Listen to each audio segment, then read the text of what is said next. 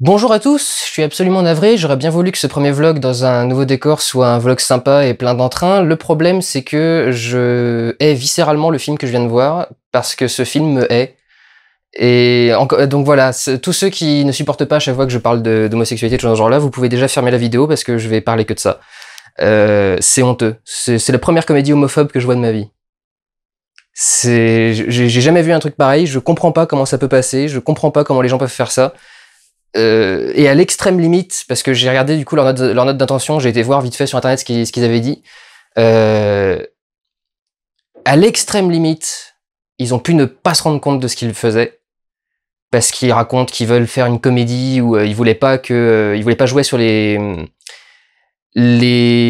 branches habituelles, enfin les systèmes habituels de ce genre de comédie romantique, c'est-à-dire la jalousie du copain et la simple peur de s'engager, de changer de vie, qui est généralement la seule chose qui fait avancer les personnages des comédies romantiques.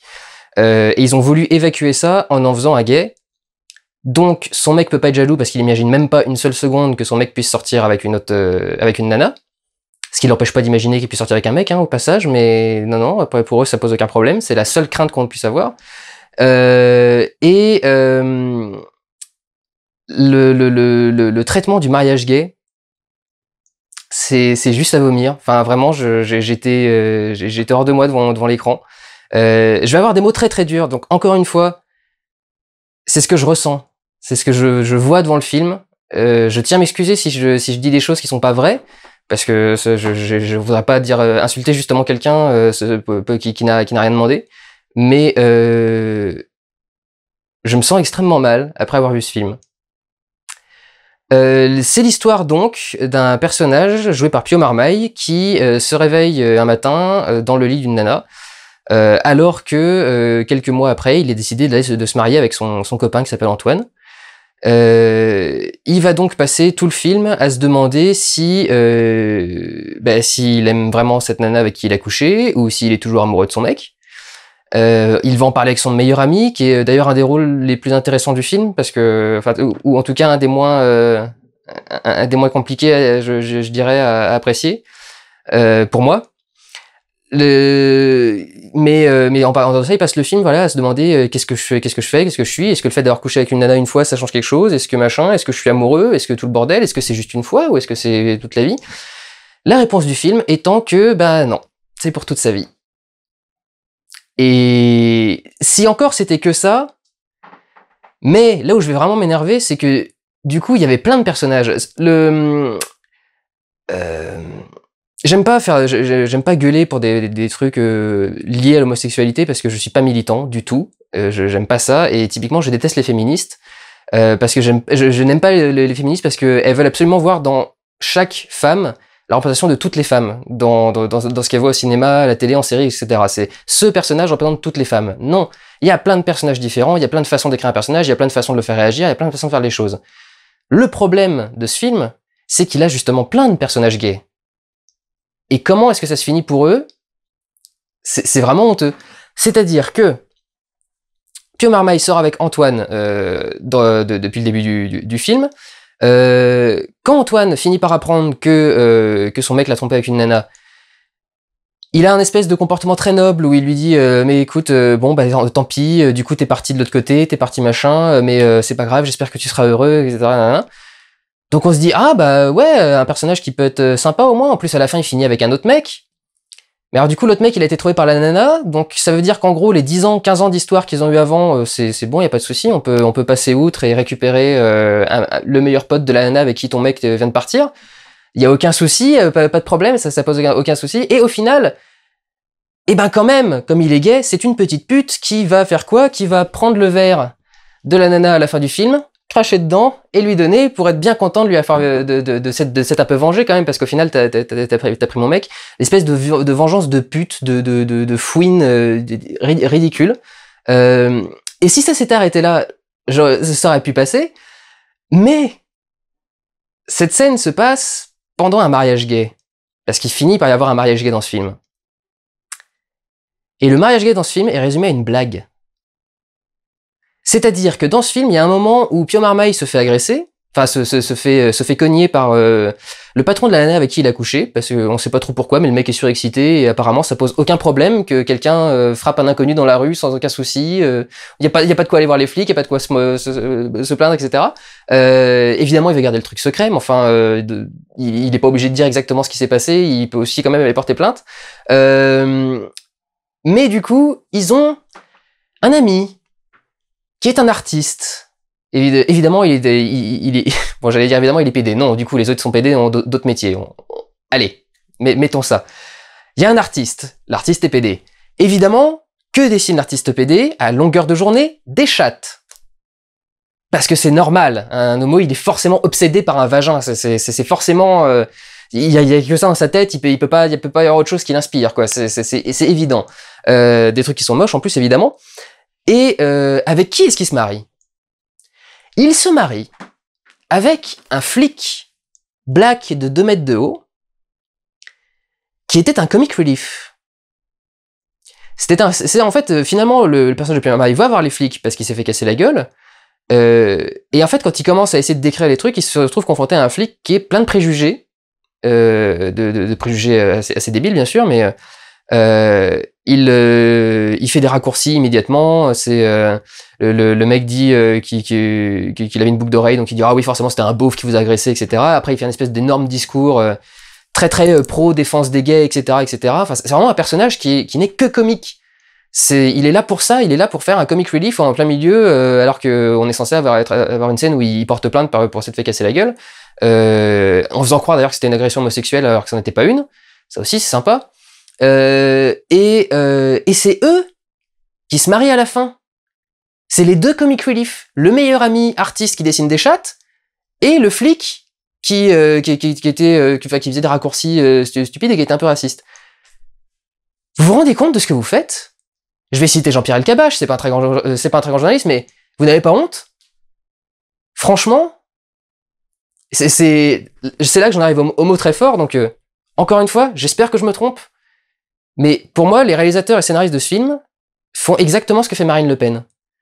C'est-à-dire que c'est du racisme présentable, et bien maquillé, et bien déguisé. On fait croire que c'est un truc assez sympa, et qu'en fait, on aime bien les étrangers, les gens-là. Mais en fait, non. On est toujours les mêmes, et au fond de nous, on est toujours des racistes un peu pourris. Et je trouve que ce film, c'est de l'homophobie cachée. On essaye de faire croire qu'on fait un film un peu cool, qu'on fait un film un peu sympa, un peu original, un peu moderne, un peu nouveau. Ce qui d'ailleurs est le cas, au passage. C'est ça qui est dommage aussi, c'est que le film en soi est pas mauvais. Au contraire, le film est plutôt très bien foutu. Et dans cette optique de réactualiser les choses et de faire un truc un peu plus trash, un peu plus moderne, ils ont parfaitement réussi leur mission, ça c'est sûr. Ont-ils seulement réalisé à quel point l'homosexualité est importante dans le film? C'est le premier film qu'on voit depuis que le mariage gay a été légalisé. Je suis pas un pro-mariage gay, j'ai pas envie de me marier, j'aime même pas la gay pride. Vous faites le premier film sur un mariage gay avec un mec qui redevient hétéro? Tout ce film est basé sur l'idée qu'en gros c'est un choix d'être gay. Il y a même un moment où le personnage d'Antoine dit ah ouais cette conne c'est leur nana qui pense que être gay c'est génétique. Je suis désolé de le dire, enfin ça c'est ma conviction personnelle pour le coup, ça n'engage que moi, mais les recherches scientifiques vont plutôt dans ce coin-là. Oui, c'est génétique, on est gay ou hétéro ou bi, comme on est avec les yeux bleus, verts ou marrons, en étant blond, en étant brun, c'est quelque chose de génétique, de décider quelque part. Il y a un truc qui fait que notre corps est attiré par le même sexe plutôt que par un sexe différent. Dire que c'est un choix, c'est très insultant pour tous ceux qui sont gays depuis des années, qui se font insulter, qui se font machin, et à qui on dit mais t'avais qu'à choisir de devenir hétéro, pourquoi tu fais chier?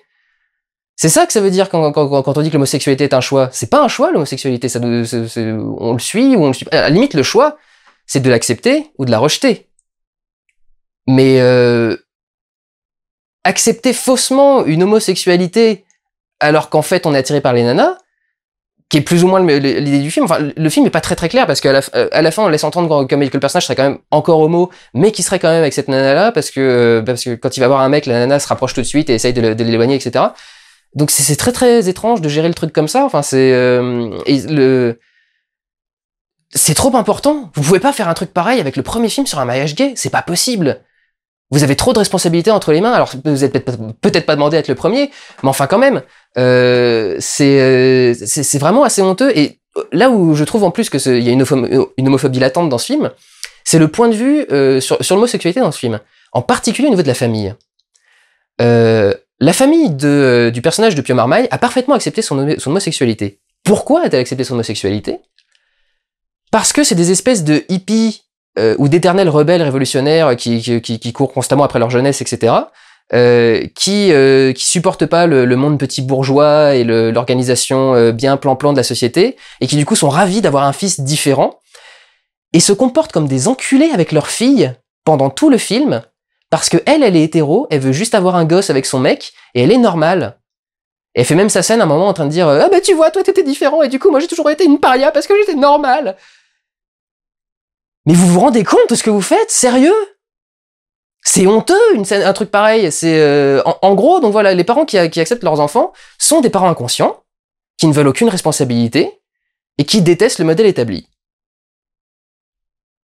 C'est incroyable! Je pensais pas que je pourrais trouver pire que Tarzan et Eastern Boys. J'ai trouvé pire. Dès le début de l'année, c'est mon troisième ou quatrième film de l'année. Je rajoute un petit truc à ce vlog rapidement. Vous remarquerez que j'ai changé de tenue et que je suis un peu moins bien coiffé parce que je l'ai tourné plus tard dans la journée. Pour revenir sur cette homophobie latente, il y a une scène que j'ai pas compris quand je l'ai vue dans le film et elle passe tellement vite qu'elle m'est sortie de la tête et elle vient de me revenir en fait dans la journée. Il y a un moment où le personnage de Pio Marmaille prend l'avion, s'assoit à côté d'un mec et le mec le regarde et lui fait « Ça va? Tu me reconnais pas ?» Et le mec se fait virer en 2 secondes parce que le meilleur pote débarque.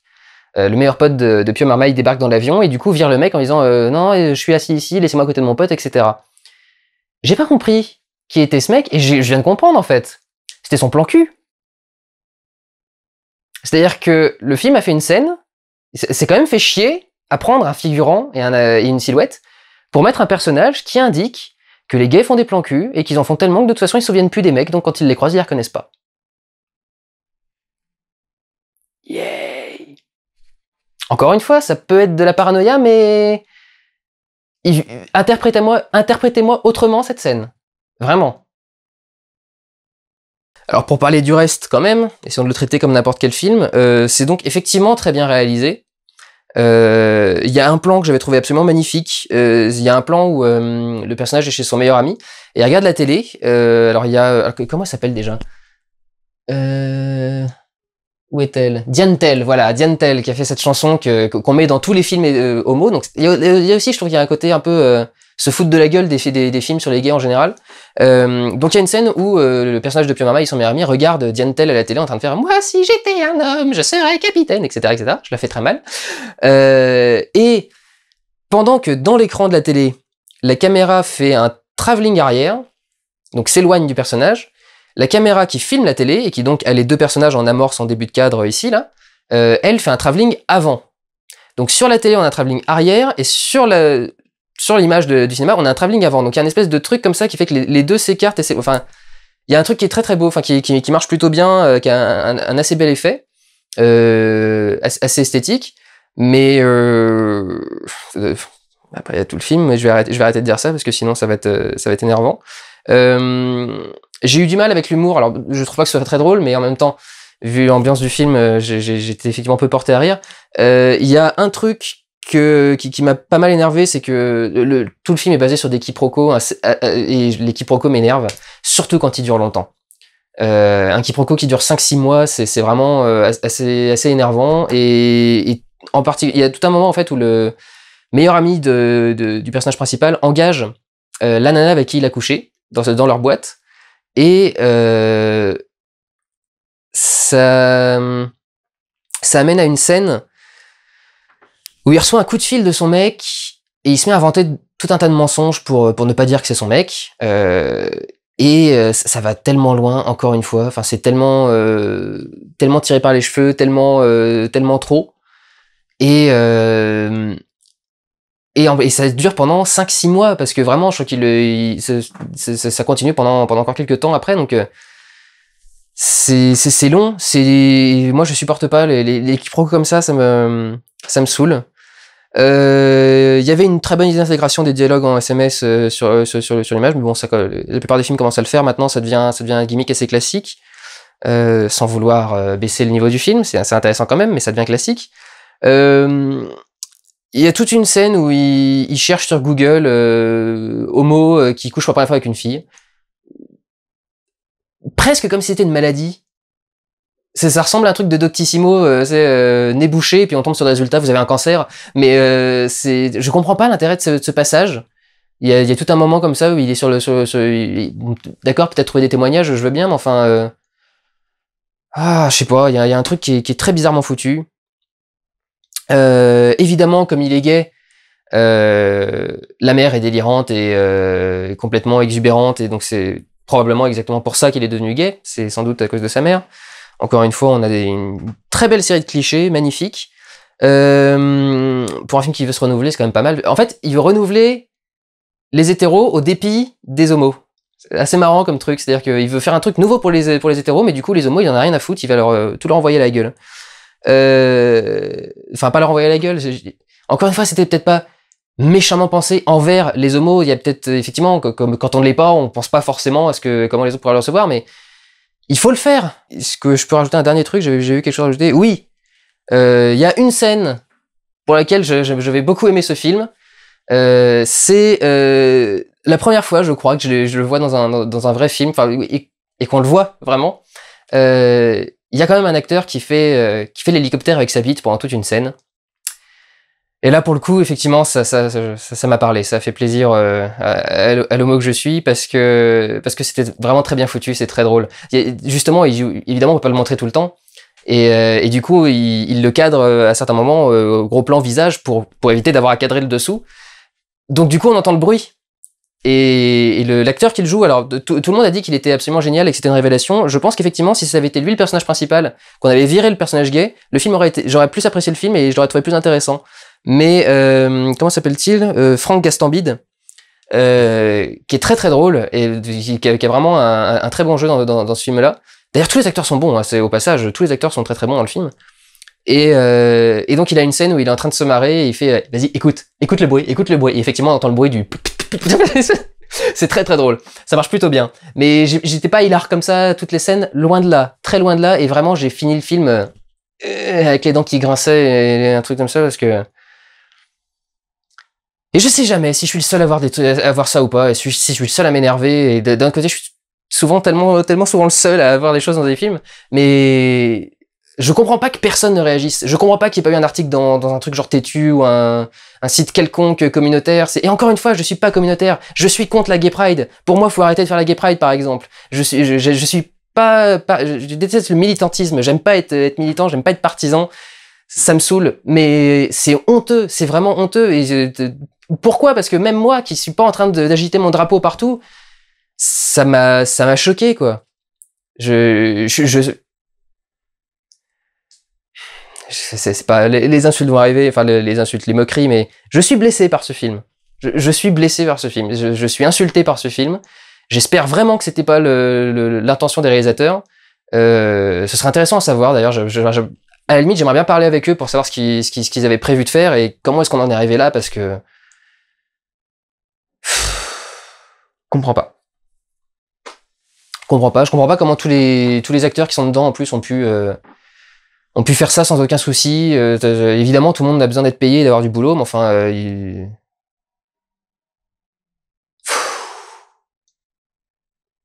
suis pas bien. Je suis vraiment pas bien. Voilà. Écoutez, on va s'arrêter là. Et encore une fois, voilà, les acteurs sont très très bons. Le film est de bonne qualité, c'est bien tenu, c'est bien réalisé, c'est esthétique, c'est bien cadré, c'est bien fait, c'est bien monté, c'est bien, etc. Mais je me sens tellement détesté par ce film que c'est hors de question que je l'aime. Rien que pour mon orgueil personnel, je ne peux pas aimer ce film. C'est pas possible. Quand on se reçoit un truc pareil dans la gueule, on peut pas. Je suis pas Jésus, moi je tends pas l'autre joue quand je me reçois une claque. Voilà. Prenez soin de vous. Allez voir des films. C'est quel bras? C'est celui-là. Ciao.